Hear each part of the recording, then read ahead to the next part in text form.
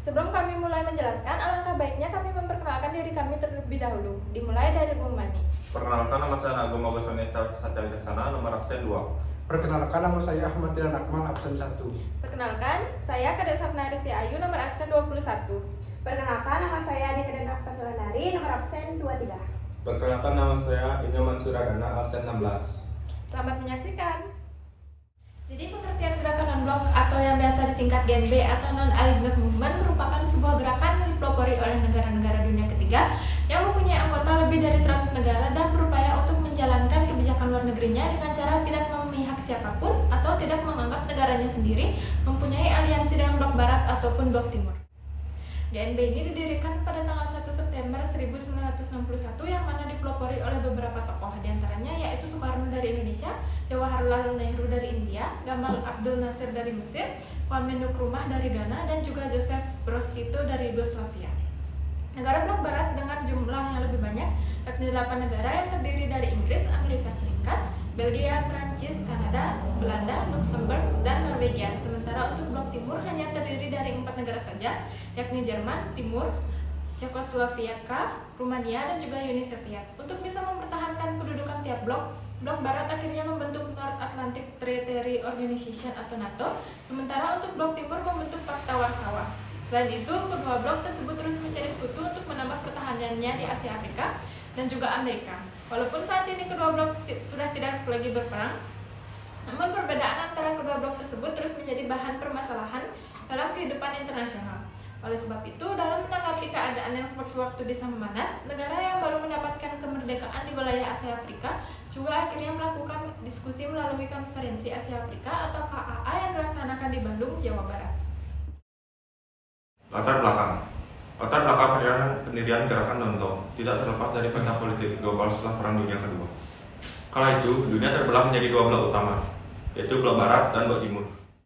Blok barat merupakan aliansi politik pengusung ideologi liberalisme, demokrasi, kapitalisme yang berada di bawah pengaruh Amerika Serikat dan Inggris.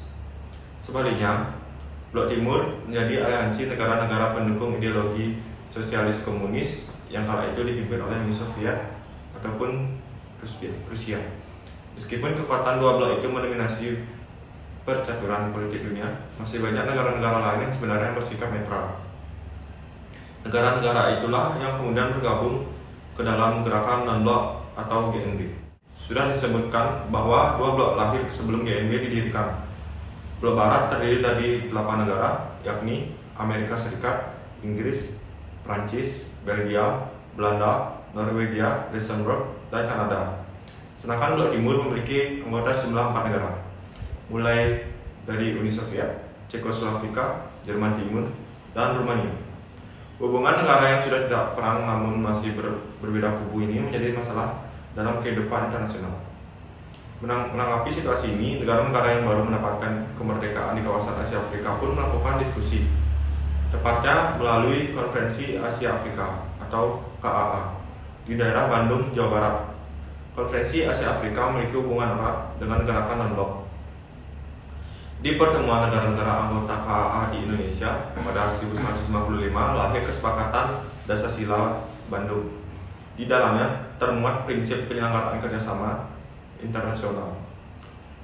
Berlanjut setelah itu, tepatnya pada 1-6 September 1961 diadakan lagi konferensi tingkat tinggi KTT pertama di Beograd, Yugoslavia, berdekatan dengan konferensi yang dihadiri oleh 25 negara termasuk Indonesia. Lahir organisasi negara netral yakni GNB. Oleh karena itu, GNB ditetapkan resmi berdiri pada 1 September 1961. Saudara GNB, kata non-blok ini pertama kali diperkenalkan oleh Perdana Menteri India, yakni Jawaharlal Nehru dalam pidatonya pada tahun 1954 di Colombo, Sri Lanka. Di dalam pidato tersebut, Nehru menjelaskan mengenai 5 pilar yang bisa digunakan sebagai pedoman untuk membentuk relasi Indo-India yang disebut dengan PASHIL atau 5 pengendali. Prinsip tersebut kemudian digunakan sebagai basis dari gerakan non-blok. Isi dari 5 prinsip tersebut diantaranya yang pertama, saling menghormati integritas teritorial dan kedaulatan. Yang kedua, perjanjian non-agresi. Yang ketiga, tidak mengintervensi urusan dalam negeri negara lain. Yang keempat, kesetaraan dan keuntungan bersama. Yang kelima, menjaga perdamaian gerakan non-blok ini berawal dari sebuah konferensi tingkat tinggi Asia Afrika yang diselenggarakan di Bandung, Indonesia pada tahun 1955. Di dalam konferensi tersebut, negara-negara yang berpihak pada blok tertentu akan mendeklarasikan keinginan mereka untuk tidak terlibat dalam konfrontasi ideologi Barat dan Timur.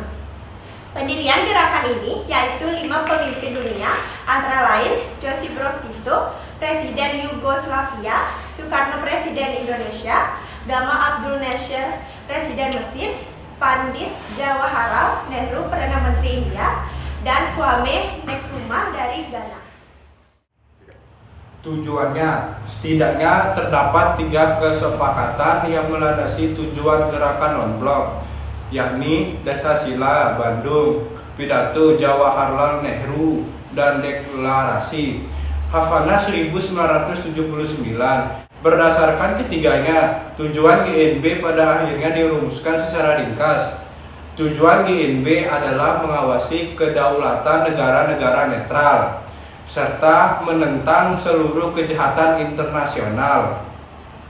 Bentuk-bentuk kejahatan internasional yang ditentang gerakan non-blok adalah imperialisme, neokolonialisme, kolonialisme, apartheid, rasisme, agresi, militer, dan dominasi.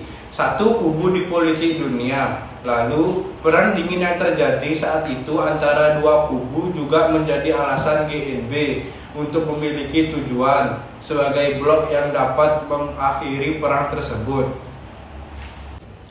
Peran Indonesia dalam GNB. Indonesia memiliki peran penting dalam pendirian gerakan non-blok maupun aktivitas organisasi tersebut.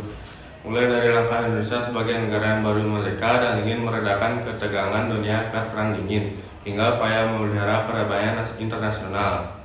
Berikut ini beberapa poin tentang peran Indonesia dalam gerakan non-blok. Menjadi pelopor GNB, Soekarno selaku Presiden pertama Indonesia bersama 4 pemimpin dunia lainnya menjadi pelopor berdirinya gerakan non-blok. Presiden Soekarno juga memelopori penyelenggaraan konferensi Asia Afrika yang punya peran penting dalam pendirian GNB. Menjadi tuan rumah pertemuan peran Indonesia bisa dilihat dari pelaksanaan KAA yang dilaksanakan pada 1955 di Bandung, Jawa Barat. Kala itu, negara-negara yang tidak memihak dua blok yang ada akhirnya menyatakan keinginan untuk bersikap netral.